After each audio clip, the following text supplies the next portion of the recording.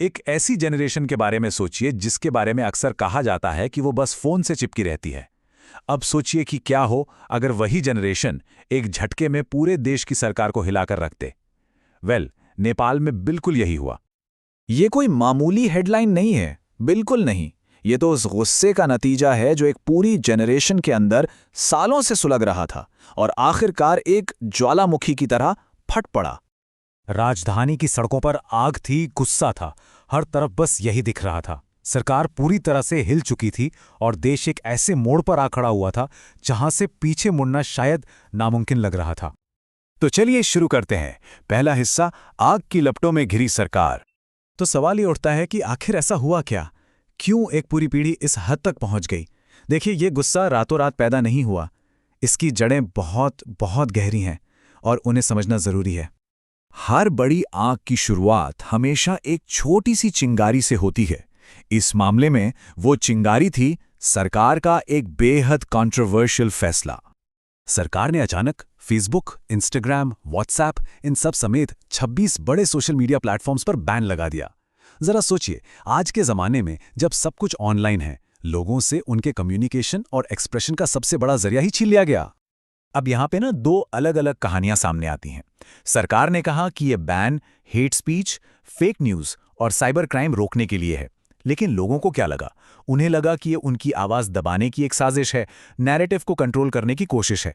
और बस यहीं से सरकार और लोगों के बीच जो भरोसे की कमी थी वो और भी बढ़ गई। एक प्रदर्शनकारी ने इस एहसास को साफ शब्दों में बयान किया, ये हमारी बोलने की आज़ादी के बिल्कुल खिलाफ है और वो हम पर एक तानाशाह की तरह कंट्रोल करना चाहते हैं। लेकिन जैसा मैंने कहा, ये सोशल मीडिया बैन तो बस एक चिंगारी थी। असली बारूद तो सालों से इकट्ठा हो रहा था। चलिए अब उस गहरी नाराजगी पर नजर डालते हैं। स्क्रीन पर ये नंबर देखिए, 20.82%। ये नेपाल की 2024 की युवा बेरोजगारी दर है। मतलब हर 5 में से एक नौजवान के पास कोई काम नहीं। ये सिर्फ एक आंकड़ा नहीं है, ये लाखों टूटे हुए सपनों की कहानी है। हालात इतने खराब थे कि 15,000 से ज्यादा नेपाली नौजवान काम की तलाश में यूक्रेन में लड़ने के लिए रशियन आर्मी में भर्ती हो गए। इससे अंदाजा लगाया जा सकता है कि मायूसी किस लेवल पर थी। और इस मायूसी के बीच सोशल मीडिया पर एक अलग ही तस्वीर दिख रही थी। एक तरफ थे नेताओं के बच्चे जो #NipoKids के साथ गुची बैग्स और लग्जरी कारें दिखा रहे थे, और दूसरी तरफ थे आम लोगों के बच्चे जो एक अनजान देश की जंग से ताबूतों में घर लौट रहे थे। ये जो फर्क था ना, ये लोगों के दिलों में आग लगा रहा था। एक प्रोटेस्ट पोस्टर पर लिखी ये लाइन इस दर्द को बिल्कुल साफ बयान करती है। नेताओं के बच्चे विदेश से गुच्ची के बैग लाते हैं और आम लोगों के बच्चे ताबूतों में लाए जाते हैं। बेरोजगारी और इस भेदभाव के ऊपर भ्रष्टाचार जले पर नमक छिड़कने जैसा था। देश के बड़े बड़े नेताओं पर गंभीर आरोप थे। किसी पर विमान खरीद में कमीशन का, तो किसी पर लड़ाकों के लिए आए फंड को गायब करने का। लेकिन एक्शन कुछ नहीं। लोगों को लगने लगा था कि पूरा सिस्टम ही मिलकर उन्हें लूट रहा है। और इस सब की जड़ में थी पॉलिटिकल अस्थिरता। इस बात पे गौर कीजिए, रिपब्लिक बनने के बाद 17 सालों में नेपाल में 13 बार सरकार बदली। सोचिए, 13 बार। जब सरकार खुद ही स्थिर ना हो तो वो देश की बड़ी समस्याओं को कैसे हल करेगी? तो अब तक हमने देखा कि बारूद तैयार था, चिंगारी भी लग चुकी थी। अब देखते हैं कि इससे जो धमाका हुआ वो कैसा था। सब कुछ बहुत तेजी से हुआ। 8 सितंबर को हजारों युवा, कुछ तो स्कूल यूनिफॉर्म में थे, शांति से मार्च निकाल रहे थे। फिर पुलिस ने एक्शन लिया, टीयर गैस, रबर बुलेट्स और फिर असली गोलियां चला दी। इसके बाद तो पूरे देश में आग भड़क गई।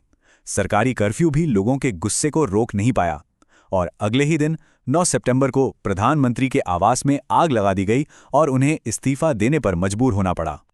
इस पूरी घटना में पुलिस फायरिंग से 19 लोगों की जान चली गई। उनमें एक 12 साल का बच्चा भी शामिल था। इस ट्रेजेडी ने पूरे देश को हिला के रख दिया। तो इस पूरे विद्रोह से आखिर हासिल क्या हुआ और इस कहानी से नेताओं को क्या सबक मिलता है?